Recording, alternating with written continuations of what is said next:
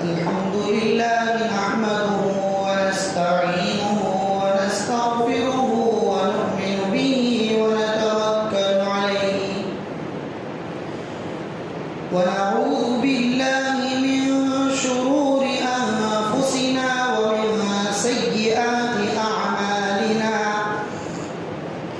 من يهده الله فلا مضل له ومن يضلله فلا هادي له ونشهد أن لا إله إلا الله وحده لا شريك له ونشهد أن سيدنا وسندنا ومولانا محمدا عبده ورسوله أما بعد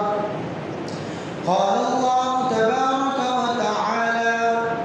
أعوذ بالله من الشيطان الرجيم بسم الله الرحمن الرحيم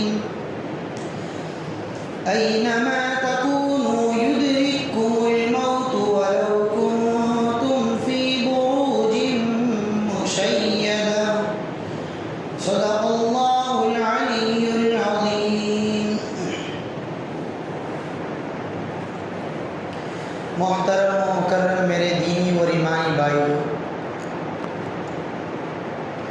اللہ تبارک و تعالی نے قرآن کریم کے اندر ایک ایسی بات ارشاد فرمائی ہے جس کو دنیا کا ہر ایک شخص مانتا ہے، جس کو دنیا کا ہر ایک شخص تسلیم کرتا ہے، چاہے وہ مسلمان ہو، ہندو ہو، سکھ ہو یا عیسائی ہو. کیا ہے وہ بات؟ اللہ تبارک و تعالی نے قرآن مجید میں ارشاد فرمایا ہے کہ ہر جان والی شخص کو موت کا مزہ چکھنا ہے. کل نفس ذائقۃ الموت. مسلمان تو مانتا ہی مانتا ہے کہ اسے ایک نہ ایک دن موت آنی ہی ہے، لیکن ہندو ہو یا سکھ ہو یا عیسائی ہو یا کوئی بھی شخص ہو دوسری قوم کا، ہر ایک شخص اس موت کے مسئلے کو تسلیم کرتا ہے. اللہ تبارک و تعالی نے قرآن مجید میں ارشاد فرمایا اینما تکونوا یدرککم الموت ولو کنتم فی بروج مشیدہ، کہ اگر تم موت سے بچنے کے لیے ایک مضبوط قلعہ بنا لو گے، موت سے بچنے کے لیے ایک مضبوط قلعہ بنا لو گے، تب بھی اس مضبوط قلعے کی مضبوط دیواریں بھی تمہارے پاس موت کو آنے سے نہیں روک سکتی. دوستو عزیزو، دنیا کے اندر مسلمان پریشانی کے اندر، تکلیف کے اندر، مصیبتوں کے اندر مبتلا ہے. آج مسلمان کی نہ جان محفوظ ہے، نہ مسلمان کا مال محفوظ ہے، نہ مسلمان کی عزت و آبرو محفوظ ہے. مسلمان کی کوئی بھی چیز آج دنیا کے اندر محفوظ نہیں ہے. ہر طرف مسلمان مصیبتوں کا، پریشانیوں کا شکار بنا ہوا ہے. کیا وجہ ہے؟ اس کی وجہ یہ ہے کہ آج مسلمان کے دل سے، آج مسلمان کے قلب سے موت کا جو خوف ہونا چاہیے، موت کا جو ڈر ہونا چاہیے، وہ آج مسلمان کے دل کے اندر باقی نہیں رہا. جس کے دل کے اندر آج موت کا خوف باقی ہے تو وہ اللہ تبارک و تعالیٰ کی نافرمانی سے بچا ہوا ہے. جس کے دل کے اندر آج موت کا ڈر ہے تو وہ اللہ کے رسول کی سنتوں کو اپنا رہا ہے، اللہ کے فرائض کو، اللہ کے احکامات کو بجا رہا ہے. آپ دنیا کے اندر غور کریں تو پتہ چلتا ہے کہ آج مسلمان اللہ کی نافرمانیوں کے اندر آگے سے آگے بڑھتے چلے جا رہے ہیں. آج مسلمان اللہ تبارک و تعالیٰ کے احکام کو توڑ رہا ہے. آج کا مسلمان اللہ کے رسول کی سنتوں کے جنازے نکال رہا ہے. گویا آج مسلمان کے دل سے موت کا جو خوف ہونا چاہیے، موت کا جو ڈر ہونا چاہیے، وہ باقی نہیں رہا.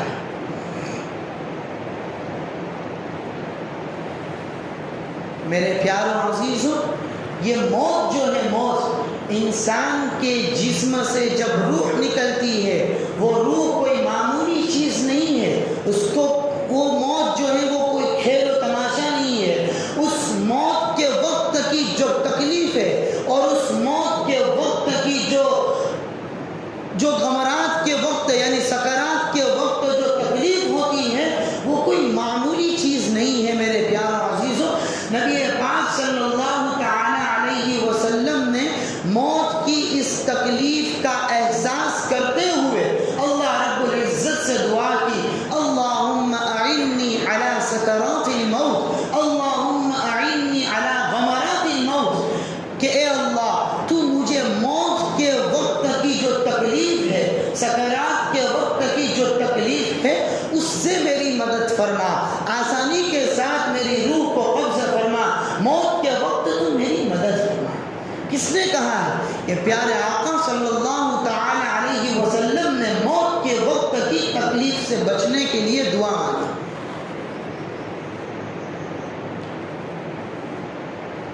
یہ بھی فرمایا کہ جب کسی شخص کی دنیا سے رخصتی ہو، کوئی شخص دنیا سے رخصت ہو اور اس حالت کے اندر ہو کہ کچھ ہی گھڑی کے اندر وہ رخصت ہو جانے والا ہے، کچھ ہی گھڑی کے اندر وہ اللہ کا پیارا ہو جانے والا ہے، تو فرمایا کہ اس وقت بھی اس کو کیا ہے کہ کلمہ پڑھنے کا نہ کہو. یہ نہ کہو کہ تم کلمہ پڑھو، اس لیے کہ وہ ایسی تکلیف کے اندر، ایسی الجھن کے اندر اور ایسی مصیبتوں کے اندر مبتلا ہے کہ ہو سکتا ہے کہ تمہارا اس طرح کہنا کہ کلمہ پڑھو اور وہ شخص کلمہ پڑھنے سے انکار کر دے اور موت آ جائے تو وہ حالت کفر کے اندر وہ موت ہو. اس لیے نبی پاک صلی اللہ تعالی علیہ وسلم نے ارشاد فرمایا کہ لقنوا موتاکم بلا الہ الا اللہ محمد الرسول اللہ صلی اللہ علیہ وسلم، کہ تم ایسی حالت میں اگر کسی شخص کو پاؤ تو اس کے پاس جا کر تم خود کلمہ پڑھو، کلمے کی تلقین کرو، گویا خود کلمہ پڑھو. اگر اللہ تبارک و تعالی اس کو توفیق عطا فرمائے گا تو وہ اپنی زبان سے کلمہ پڑھے گا اور جنت کا مستحق بن جائے گا.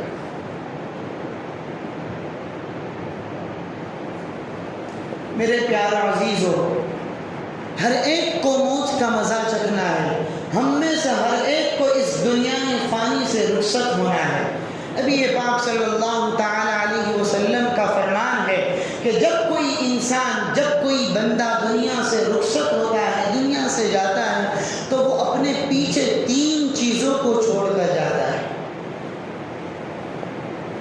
کیا ہیں وہ 3 چیزیں؟ فرماتے ہیں نمبر 1، وہ اپنے پیچھے اپنے مال اور دولت کو چھوڑ کر جاتا ہے. نمبر 2، جب وہ دنیا سے رخصت ہوتا ہے تو وہ اپنے رشتہ دار کو دنیا میں چھوڑ کر جاتا ہے. نمبر 3، جب وہ دنیا سے رخصت ہوتا ہے تو وہ اپنے اعمال کو دنیا کے اندر چھوڑ کر جاتا ہے.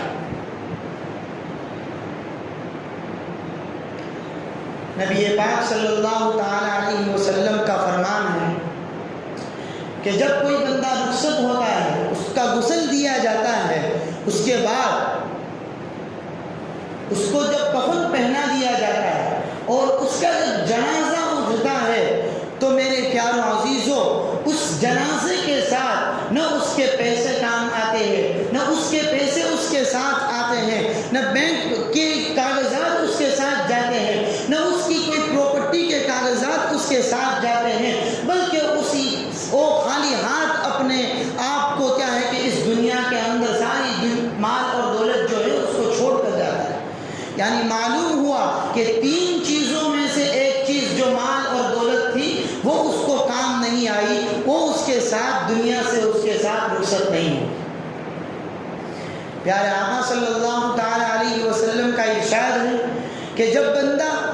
بندے کا جنازہ لیا جاتا ہے، جنازہ جب جاتا ہے تو وہ جنازہ، وہ میت اگر نیک ہوتی ہے تو وہ میت کہتا ہے کہ عجلونی عجلونی، کہ مجھے تم جلدی لے چلو، مجھے تم جلدی لے چلو، اس لیے کہ اللہ رب العزت کی رحمت جو ہے وہ میرا انتظار کر رہی ہے. اور اگر وہ میت بری ہے تو وہ میت کہہ رہی ہے کہ مجھے تم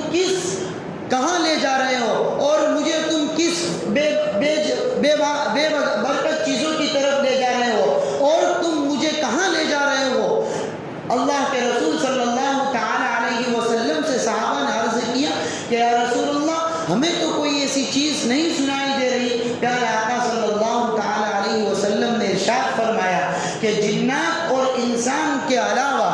زمین اور آسمان کے درمیان جتنی مخلوق ہے ساری مخلوق اس میت کی آواز کو سنتی ہے۔ بالآخر جب رشتہ دار اس میت کو لے کر قبرستان پہنچ جاتے ہیں اور اس چارپائی کو قبر کے قریب جب رکھتے ہیں تو میرے پیارے عزیزو اس میت کو قبر کے اندر ڈالتے ہیں۔ اس میت کا باپ بھی وہاں موجود ہوتا ہے، اس کا بھائی بھی وہاں موجود ہوتا ہے، اس کا کوئی نہ کوئی رشتہ دار وہاں موجود ہوتا ہے۔ میرے پیارے عزیزو آپ سوچیں کہ کیا کوئی ہم میں سے کوئی اس کے ساتھ اس کی قبر کے اندر سونا چاہے گا؟ کوئی اس کے ساتھ اس کی قبر کے اندر نہیں سوئے گا۔ اس سے معلوم ہوا کہ دوسرے نمبر کی جو چیز تھی کہ میت جب دنیا سے رخصت ہوتا ہے تو اس کے پیچھے وہ 3 چیزوں کو چھوڑ جاتا ہے۔ ان میں سے پہلی چیز مال اور دولت تو ساتھ نہیں آئی، نمبر 2 پر اس کے رشتہ دار بھی جو تھے وہ اس کے ساتھ کام نہیں آئے اور اس نے بھی اس کا ساتھ نہیں دیا۔ میرے پیارے عزیزوں آج ہم ان رشتہ داروں کے لیے، آج ہم ہماری اولاد کو خوش کرنے کے لیے دنیا کے اندر اس کو خوش کرنے کے لیے اللہ رب العزت کو ناراض کر رہے ہیں۔ آج ہم ہماری اولاد کی شادی بیاہ کے اندر ناچ گانے بجا کر، آج ہم اپنی اولاد کو خوش کرنے کے لیے اس کی شادیوں کے اندر فضول خرچیاں کر رہے ہیں۔ میرے پیارے عزیزوں یہ رشتہ دار اتنے خطرناک ہیں، اتنے خطرناک ہیں کہ کل قیامت کے دن انہی رشتہ دار کو مجرم بنا کر کھڑا کر دیا گیا تو قرآن کریم اس کی گواہی دے رہا ہے کہ یوم تود المجرم لو یفتدی من عذاب یومئذ ببنی وصاحبته واخیہ وفصیلته التي تؤوی ومن فی الارض جميعا ثم ینجیہ کلا، کہ اسی رشتہ دار کو اگر کل قیامت کے دن مجرم بنا کر کھڑا کر دیا گیا تو اس وقت وہ مجرم اللہ تبارک و تعالیٰ سے کہے گا کہ میری اولاد کو میرے بدلے میں تو جہنم میں ڈال دے، مجھے چھوڑ دے، میرے بھائی بہن کو تو جہنم میں ڈال دے، مجھے چھوڑ دے، میری بیوی کو تو جہنم کے اندر ڈال دے، مجھے چھوڑ دے۔ گویا میرے سارے کے سارے رشتہ دار کو تو جہنم کے اندر ڈال دے، صرف مجھے چھوڑ۔ یہ ہے رشتہ دار جن کو خوش کرنے کے لیے تم دنیا کے اندر اللہ رب العزت کو ناراض کر رہے تھے، تم جس کی خوشی کے لیے تم اللہ تبارک و تعالیٰ کے احکام کو توڑ رہے تھے، کل قیامت کے دن وہی رشتہ دار اگر مجرم بن کر اس طرح ہمارے ساتھ پیش آئے گے تو ہمارا کیا حال ہوگا؟ چنانچہ جب میت کو قبر کے اندر ڈال دیا جاتا ہے تو اللہ رب العزت رشتہ دار کے لوٹتے ہی اس میت کے اندر واپس روح کو ڈالتے ہیں۔ وہ میت کھڑا ہو کر دیکھتا ہے کہ مجھے اس بند کوٹڑی کے اندر، اندھیرے کے اندر میرے سارے رشتہ دار مجھے کہاں چھوڑ کر چلے گئے۔ وہ دیکھے گا کہ سارے کے سارے لوگ مجھے چھوڑ کر چلے گئے۔ حدیثوں میں آتا ہے کہ وہ شخص اپنے رشتہ داروں کی جوتیوں کی آواز کو اپنے کانوں سے سنے گا۔ بالآخر اگر وہ میت نیک ہوگی، وہ میت اگر اچھی ہوگی تو اللہ رب العزت اس میت کے کونے کو پھاڑے گے، وہاں سے ایک خوبصورت حسین و جمیل شخص انسان کی شکل کے اندر اس قبر کے اندر آئے گا۔ وہ شخص تعجب کرے گا یہ خوبصورت شخص کون ہے، اتنا حسین و جمیل جس کو آج تک کبھی دیکھا نہیں تھا۔ تو وہ شخص جو آیا ہوا ہوگا اندر قبر کے اندر، وہ کہے گا کہ انا عملک الصالح، کہ میں تیرا نیک اعمال ہوں، دنیا کے اندر تو نے جتنے نیک اچھے اعمال کیے تھے وہ میں ہوں، آج تجھے میں کہیں چھوڑ کر نہیں جاؤں گا اور آج تیرے اوپر کوئی مصیبت، کوئی تکلیف آنے نہیں دوں گا۔ حدیثوں میں آتا ہے کہ اگر وہ میت بری ہے، اگر وہ میت بدبخت ہے تو اسی طرح اللہ تبارک و تعالیٰ اس قبر کے کونے کو پھاڑے گا اور وہاں سے ایک بدصورت اور ایک ڈراؤنا شخص انسانی شکل کے اندر آئے گا، جس کو دیکھ کر یہ شخص ڈر جائے گا اور کہے گا کہ اس سے بدصورت شخص اور اس سے ڈراؤنا شخص تو آج تک میں نے نہیں دیکھا، کون ہے؟ وہ کہے گا کہ انا عملک الخبیث، کہ میں تیرے برے اعمال ہوں جو تو نے دنیا کے اندر کیے تھے، آج میں تجھے نہیں چھوڑوں گا، آج تیرا حال وہی کروں گا جو تو نے دنیا کے اندر اللہ رب العزت کی نافرمانی کے گویا دنیا کے اندر انسان جب رخصت ہوتا ہے دنیا سے تو 3 چیزیں جو چھوڑ کر جاتا ہے ان میں سے 2 چیزیں تو اس کے ساتھ نہیں آتی، اگر ساتھ آتی ہے تو اس کے اچھے یا اس کے برے اعمال اس کے ساتھ آتے ہیں۔ اب جس کے اچھے اعمال تھے اور جس کے نیک اعمال قبر کے اندر انسانی شکل کے اندر آئے، اس کے ساتھ اللہ رب العزت یہ معاملہ کرتے ہیں کہ اس کی قبر کو جنت کا باغیچہ بنا دیتے ہیں اور اس قبر سے جنت کی طرف جانے والی کھڑکی کو اللہ رب العزت قیامت تک کے لیے کھول دیتے ہیں، اور جو قبر جو میت بری تھی اس کو اللہ تبارک و تعالی اس قبر کو ایک جہنم کا گڑھا بنا دیتے ہیں۔ حدیثوں میں آتا ہے کہ اس قبر کی دیواروں کو اتنا دبویا جاتا ہے کہ اس میت کے جو دونوں پسلیاں ہوتی ہیں اس طرح مل جاتی ہے اور اس کو قیامت تک کے لیے عذاب دیا جا رہا ہے۔ میرے پیارو عزیزو، ہم میں سے ہر کوئی یہی چاہتا ہے کہ ہم کل قیامت ہم جب دنیا سے رخصت ہو تو ہماری قبر بھی کیا ہے کہ ایک جنت کا باغیچہ بنے۔ اس کے لیے میرے پیارو عزیزو ہمیں دنیا کے اندر 5 کاموں کا کرنا ضروری ہے۔ 5 کام اگر ہم دنیا کے اندر کریں گے، ان 5 کاموں کو اپنی دنیاوی زندگی کے اندر لائیں گے تو میرے پیارو عزیزو ہماری جو قبر ہے وہ قبر جنت کے اندر تبدیل ہو جائے گی، جنت کے باغیچوں کے اندر تبدیل ہو جائے گی۔ اگر تم چاہتے ہو کہ تمہاری قبر جنت کے باغیچوں کے اندر تبدیل ہو تو نمبر 1 یہ ہے کہ تم 5 نمازوں کی پابندی کیا کرو، 5 نمازوں کو پکڑے رکھا کرو۔ ایسا نہیں کہ 2 نمازیں پڑھی، 3 نمازیں نہیں پڑھی، 1 جمعہ پڑھی، دوسری جمعہ نہیں پڑھی، جمعہ نماز پڑھی۔ میرے پیارو عزیزو اگر اس طرح ہمارا حال ہے، اس طرح ہم نماز پڑھ رہے ہیں تو یاد رکھیے یہ ہم اپنی من چاہی نماز پڑھ رہے ہیں، رب چاہی نماز نہیں پڑھ رہے ہیں۔ ایسی نمازیں تو ہمارے منہ پر مار دی جائے گی اور ایسی نمازیں مقام قبولیت تک نہیں پہنچ سکتی۔ اس لیے نمازوں کی پابندی نمبر 1۔ نمبر 2، پیارے آقا صلی اللہ تعالی علیہ وسلم نے فرمایا کہ اگر تم چاہتے ہو کہ تمہاری قبر جنت کے باغیچوں کے اندر تبدیل ہو تو تم حق تلفی نہ کرو۔ کسی کا حق تمہارے پاس نکلتا ہے تو اس حق کا حساب و کتاب کر کے اس کو دے دیا کرو، کسی کو حق کو دباؤ نہیں۔ بھائی کا حق اگر ہمارے پاس نکلتا ہے تو اس کو دے دو، بہن کا حق ہمارے پاس نکلتا ہے تو اس کو دے دو۔ اس پر ایک واقعہ سناتا ہوں، میرے اور آپ کا نہیں، خادم رسول صلی اللہ تعالی علیہ وسلم کا ہے۔ ایک آپ صلی اللہ علیہ وسلم کے ایک خادم تھے جو ایک جہاد کے اندر تھے، ایک غزوے کے اندر تھے، ان کا وہاں پر انتقال ہو گیا،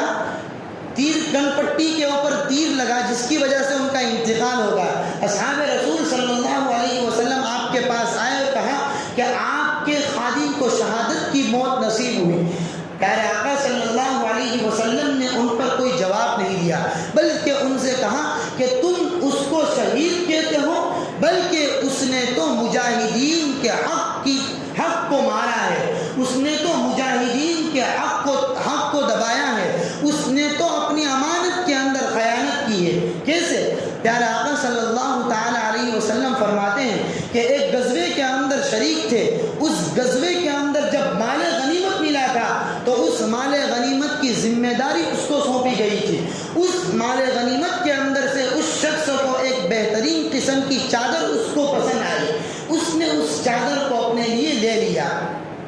پیارے آقا صلی اللہ تعالی علیہ وسلم فرماتے ہیں کہ وہی چادر آج اس کے لیے آنکھ بن کر اس کے جسم کے اوپر لپٹی ہوئی ہے۔ وہی چادر جس کو دنیا کے اندر اس نے حسین و جمیل سمجھ کر لے لیا تھا اور مجاہدین کے حق کو دبایا تھا اور اس کو جو کام سونپا گیا تھا یعنی امانت کرنے کا، اس امانت میں اس نے خیانت کی، جس کی وجہ سے وہ چادر آج اس کے جسم پر آگ بن کر پڑی ہوئی ہے۔ میرے پیارو عزیزوں، وہ خادم رسول صلی اللہ علیہ وسلم ہے، وہ جہاد جیسا مبارک مقام ہے، وہ شہادت جیسی موت لوگوں کے سامنے آ رہی ہے، لیکن ساری کی ساری جو عبادتیں ان کی تھی ایک طرف اور یہ حق تلفی کسی کے حق کو دبانا ایک طرف رہ گیا۔ نمبر 3 پر آتا ہے کہ اپنے پیٹ کے اندر جو لقمہ ڈالو وہ حلال کا لقمہ ہو، حرام کا لقمہ نہ ہو، اس کی بھی ہمیں کوشش کرنی چاہیے۔ نمبر 4 پر فرماتے ہیں کہ صلہ رحمی کرو، اپنی خونی رشتہ داری جو ہے اگر ان کی طرف سے ہمیں کوئی کڑوی تسلی سننی بھی پڑتی ہے تو اس کو سنیں، اس کو برداشت کرے، لیکن رشتے کو نہ توڑے، اس لیے کہ وہ خونی رشتہ ہے۔ صلہ رحمی مطلب اس کی طرف سے ہمیں کوئی برائی بھی پہنچتی ہے تو اس سے اچھائی کے اندر بدلے، اگر وہ ہمیں تانا دے رہا ہے تو اس کی ہم تعریف کر کے اس کا جواب دیں اور رشتے کو نہ توڑے۔ نمبر 5 پر آتا ہے اتباع سنت، نبی پاک صلی اللہ تعالی علیہ وسلم کی سنتوں کو